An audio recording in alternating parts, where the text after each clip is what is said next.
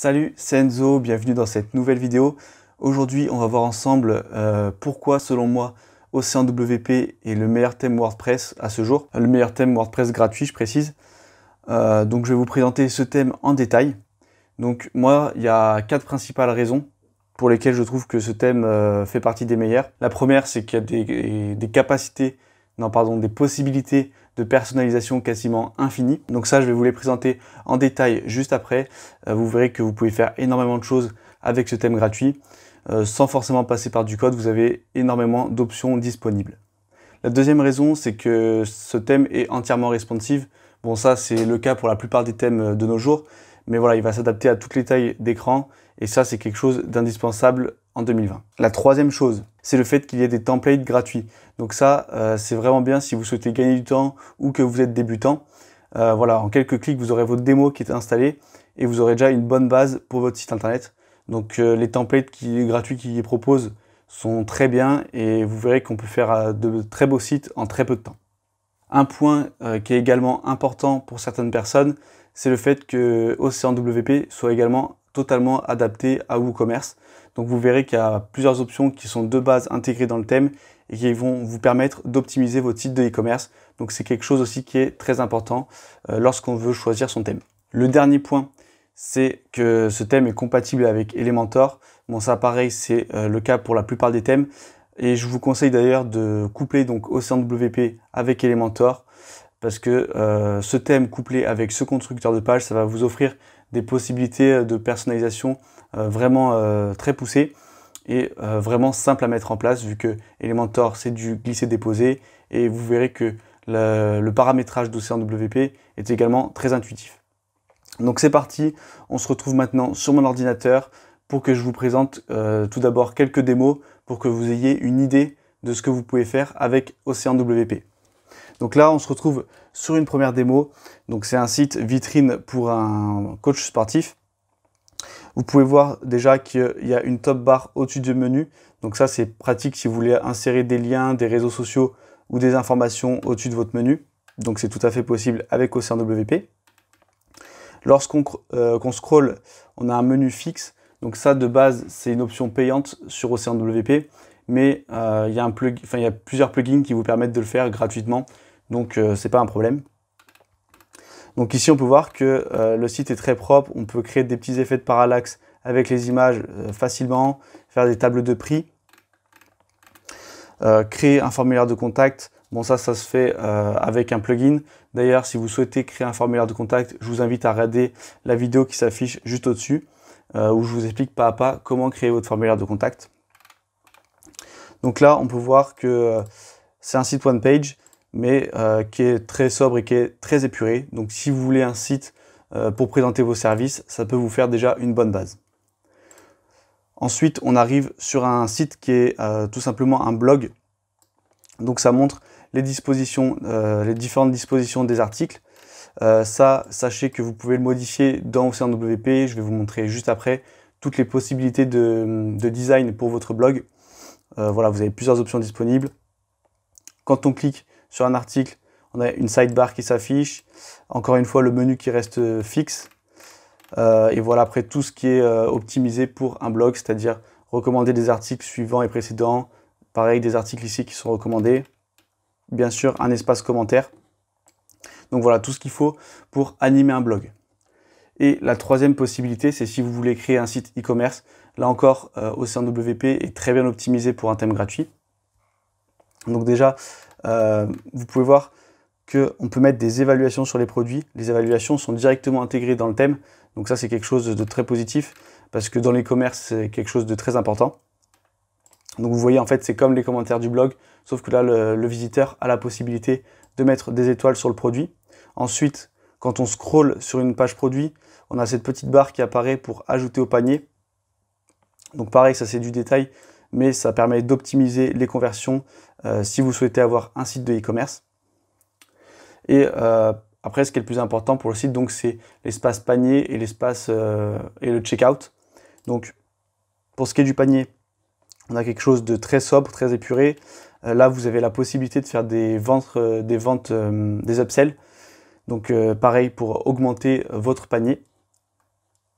Et ici, quand on arrive au checkout, pareil, on a quelque chose d'optimisé. Donc, le visiteur peut bien sûr se connecter à son compte client. Ici, sur la gauche, il aura juste ses informations à remplir. Et ici, les moyens de livraison, les moyens de paiement à choisir et le total. Donc, vous voyez que le parcours d'achat est très optimisé. Hein, il y a vraiment peu d'étapes pour passer la commande. Donc, pour le e-commerce, c'est vraiment pas mal aussi. Maintenant que je vous ai présenté les démos gratuites qui existaient sur OceanWP, je vais vous présenter directement les personnalisations possibles depuis WordPress. Donc là, j'ai installé la démo de e-commerce que je vous avais présentée juste avant et je vais vous montrer toutes les options qui sont disponibles sur OceanWP. Donc quand on arrive sur le panneau, on voit qu'il y a énormément d'options. Donc ces trois premiers panneaux, ils sont pas très importants. Là, c'est l'identité du site, donc ça va être le titre du site, le slogan. Ensuite, les menus. Là, on retrouve les réglages qu'on retrouve dans WordPress, donc avec la création de nos différents menus.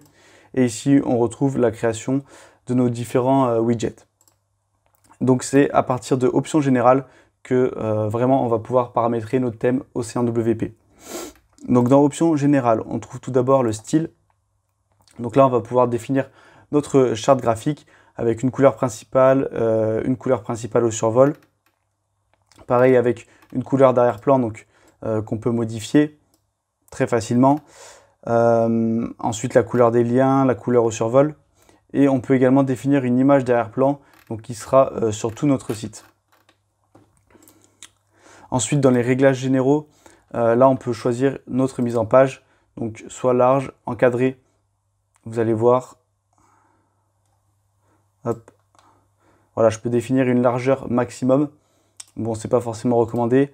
Là, séparer, c'est encore autre chose. Ça va créer différents blocs. Bon, là, on ne le voit pas forcément. Mais nous, on va laisser en large.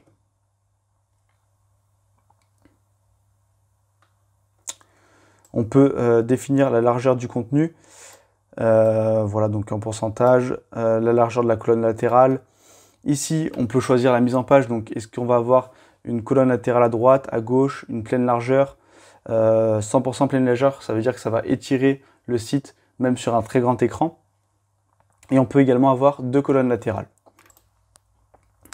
Ensuite, tout ça, donc c'est des détails, je ne vais pas forcément vous les présenter, mais voilà, vous pouvez personnaliser ce petit bouton pour défiler vers le haut, personnaliser votre page d'erreur 404, les boutons, donc voilà, ça c'est du détail. La typographie, on peut voir qu'il y a d'énormes possibilités également pour la typographie. Vous pouvez modifier tous les types de titres. Donc par exemple, si on se rend dans H1, vous pouvez modifier la famille de police, la graisse, le style, la transformation du texte, donc si c'est en majuscule, minuscule, capitalisé. Ensuite, vous pouvez définir une taille, une hauteur de ligne, un interlettrage et une couleur. Donc voilà, rien que pour la typographie, il y a vraiment d'énormes possibilités. Ensuite, on a la barre supérieure. Donc ça, c'est ce que vous pouvez voir juste au-dessus du menu. Donc, on peut décider de l'activer ou de la désactiver.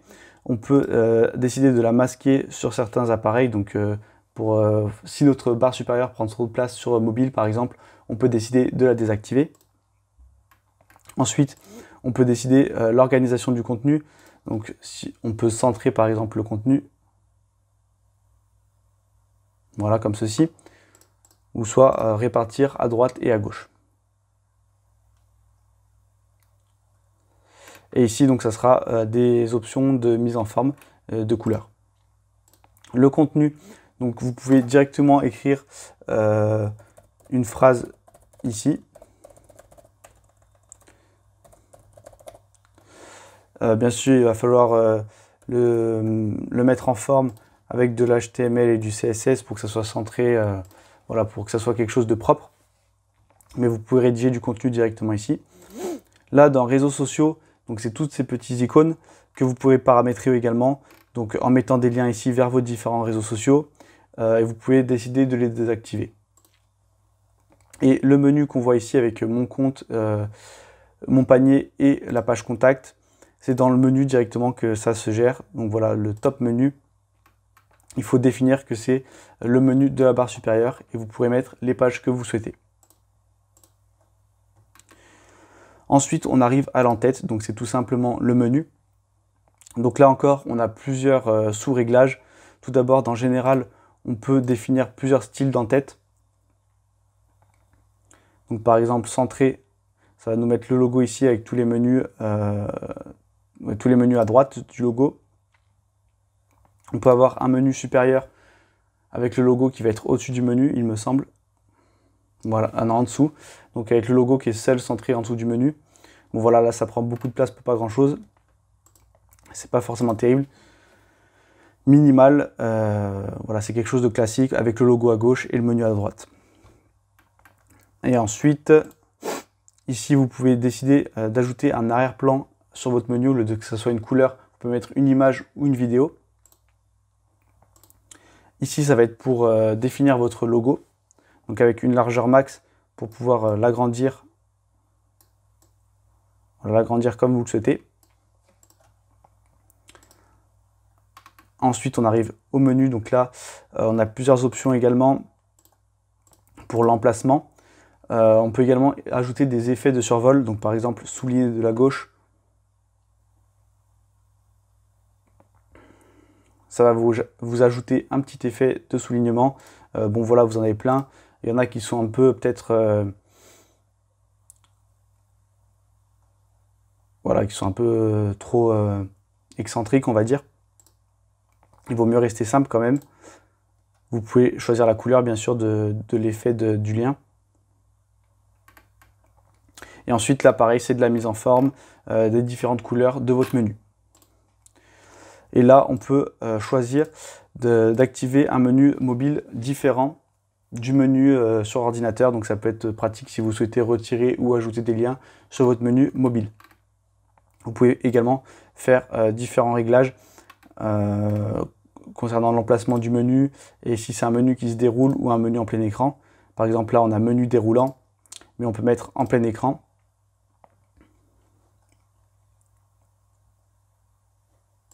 Voilà, qui va nous donner un menu comme ça sur mobile. Vous pouvez voir que j'ai cliqué sur ce bouton pour afficher différentes tailles d'écran. Donc ça, c'est très pratique pour vérifier que tous vos réglages sont responsives. Une fois qu'on a fait notre menu, qu'on a bien fait notre header, on arrive au réglage du blog. Donc là, je vais vous montrer ça de suite. Donc par défaut, l'entrée du blog est comme ça. On a 2 articles par ligne avec un petit résumé et un bouton continuer la lecture. Mais ça, vous pouvez également le modifier. Donc dans style du blog, vous pouvez mettre des grandes images. Voilà, ça prend beaucoup de place quand même pour pas grand chose. Et on a également un style miniature.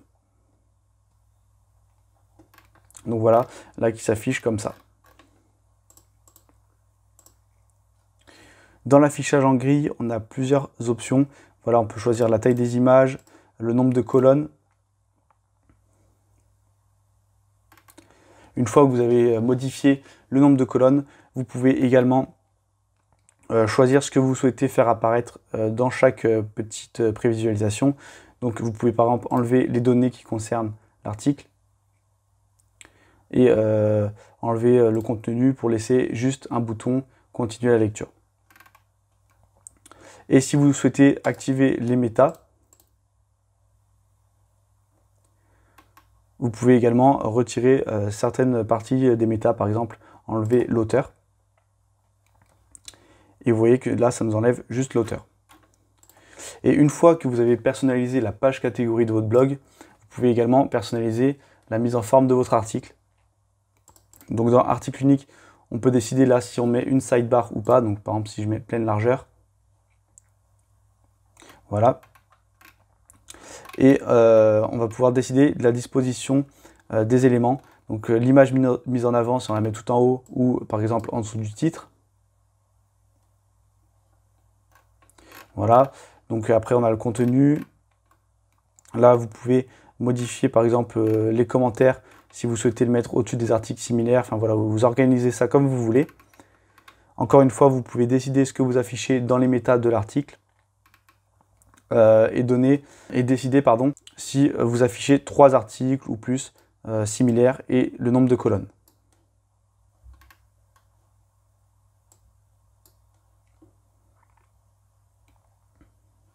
Voilà, là c'est parce qu'il n'y a pas assez d'articles, mais normalement il aurait recommandé plusieurs articles. Hop, si on met catégorie peut-être. Non, même pas. Bon, c'est parce qu'il n'y a pas assez d'articles dans la même catégorie ou dans la même étiquette. Ensuite, la colonne latérale, bon, il n'y a pas énormément d'options, c'est juste de la mise en forme. Widget de pied de page. Tag, pareil, c'est juste de la mise en forme, il n'y a pas énormément d'options. Le bas du pied de page, donc c'est ce qu'on retrouve tout en bas. Vous pouvez décider d'écrire ce que vous voulez et vous pouvez créer un menu aussi. Donc pareil ici, footer menu, ça va s'afficher ici. Donc ça peut être pratique si vous avez vraiment des liens supplémentaires à ajouter en plus de votre footer. Donc voilà pour la personnalisation d'Océan WP, vous pouvez voir qu'il y a énormément de possibilités. Moi ce que je voulais vous montrer également, c'est si vous voulez aller encore plus loin, c'est qu'il existe des extensions supplémentaires. Donc je vais vous montrer ça tout de suite. Voilà, vous allez dans extension, ajouter.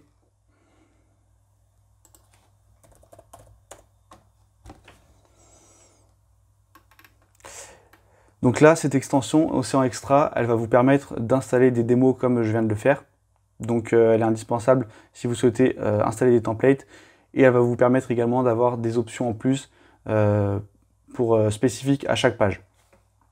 Océan Custom Sidebar, ça va vous permettre de modifier le contenu de votre sidebar en fonction des pages. Donc ça c'est pratique si vous voulez afficher différentes sidebars.